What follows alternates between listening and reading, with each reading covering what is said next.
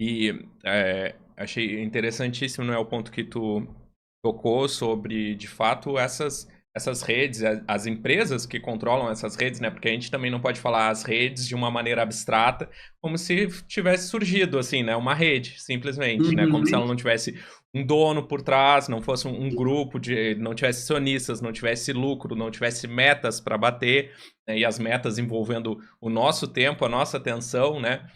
E a gente vê que isso está crescendo de uma maneira tão descontrolada, né? A gente consegue ver o reflexo tanto na gente mesmo, né, no nosso uso, quanto nas ações dessas empresas que controlam as redes, né? A gente tem um exemplo super recente aí que está em pauta ainda, né, da disputa do Elon Musk com Alexandre de Moraes, né? Mostra que, assim, que nós não temos controle nenhum, que uma empresa privada pode desafiar a justiça do nosso país, né? Tipo, até que ponto, assim, a gente é capaz de ter algum controle ou, né, de entender essa disputa que a gente tem com essas empresas?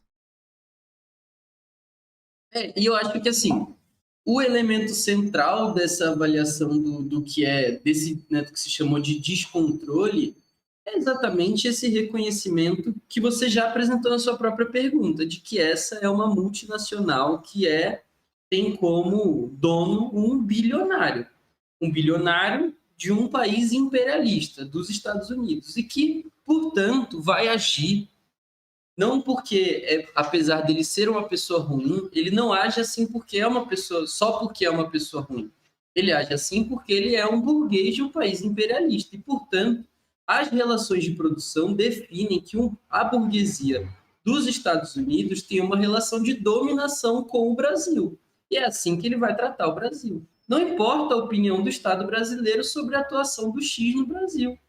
O que importa é como é que o X vai ter mais lucro operando no Brasil. Essa é a questão fundamental. E o que a posição do Estado é secundária. O Uhum, que assim, não importa, no final é isso. Não importa para o Elon Musk, não importa a opinião do Supremo brasileiro. No final, nem mesmo a opinião da Suprema Corte dos Estados Unidos importa, porque o próprio processo de julgamento de monopólio do Google, do Facebook, né, do Google, do Meta, do Twitter, não deu em nada. uhum, Porque os estados nacionais servem não para controlar as empresas, os estados nacionais servem para garantir a reprodução do capital dos bilionários e a dominação da burguesia, dos ricos, dos bilionários sobre os trabalhadores. Então, no final, nenhum Estado tem como controlar suas empresas, muito menos nessa relação de dependência entre um capitalista de um país imperialista e o Estado de uma nação dependente. Então, essa é uma relação que não é nova, uhum, não é uma novidade. Não é uma novidade os Estados Unidos interferirem na política do Brasil. uhum, Eu acho que isso fica muito evidente quando a gente olha pelos processos de golpe no Brasil. Não há um golpe. Vai ser muito difícil convencer alguém que algum dos golpes que aconteceu no Brasil, e aconteceram, não foram poucos que aconteceram, não teve interferência dos Estados Unidos.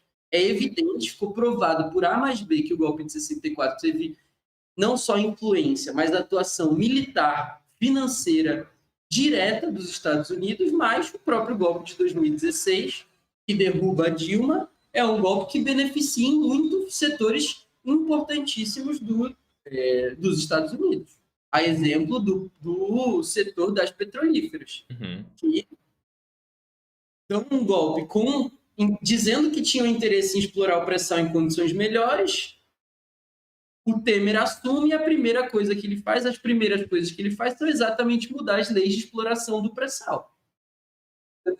Tanto em 64 quanto em 2016 aconteceu, e assim como em 2016 tinha um interesse direto na exploração do petróleo, que o Brasil tem uma das maiores reservas de petróleo explorável do mundo, né, de alta densidade e tal, o Brasil também tem uma das maiores reservas de lítio no mundo, que é exatamente uma das matérias-primas fundamentais para a produção das baterias dos carros de outra empresa que é de posse do Elon Musk, que é a Tesla, que é a empresa carro-chefe, digamos assim, do Elon Musk.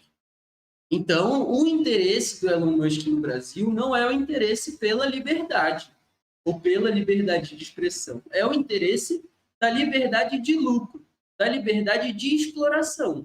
E para isso, a burguesia internacional, e dentro disso o Elon Musk, que tem ligações diretas com o fascismo pelo mundo todo, não vai hesitar em desestabilizar o país. Então, isso não é novo.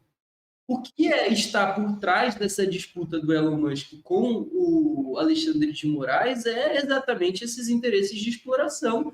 E para cumprir esses interesses da exploração do Elon Musk no Brasil, é melhor que tenha Bolsonaro e não Lula. Tanto que, a mesma semana que o Elon Musk começa a disputar com o Alexandre de Moraes, o Bolsonaro chama, junto com várias lideranças fascistas, um ato para Copacabana, no dia 21, dizendo que é um ato em defesa da democracia e contra a censura. O mesmo Bolsonaro que avançou sobre as terras Yanomamis, onde a Polícia Federal, durante uma das operações lá de combate ao garimpo ilegal nas terras Yanomami, acha antenas da Starlink, outra empresa de comunicação do Elon Musk. E isso tem sido uma constante na Amazônia. Onde tem exploração, garimpo ilegal, tem antena da Starlink, porque a Starlink, só quem tem condições de saber quais são as localizações e quais são os dados trocados pelas empresas, pelas antenas da Starlink, é o próprio Elon Musk, porque o Estado brasileiro não controla essa comunicação. Então, esse é o interesse que está ligado. É por isso que o Elon Musk tem travado essa disputa com o Alexandre de Moraes. E feito seus aliados, os aliados fascistas. E isso também não é uma novidade. A burguesia se aliar com o fascismo quase, não dá para dizer que é natural, porque ser social não é natural, né? Mas o caminho da burguesia sempre é se aliar com o fascismo, principalmente no momento de crise. Quando a burguesia vê a possibilidade das suas taxas de lucro serem reduzidas, a sua saída é o fascismo. E a burguesia não tem vergonha disso. Fez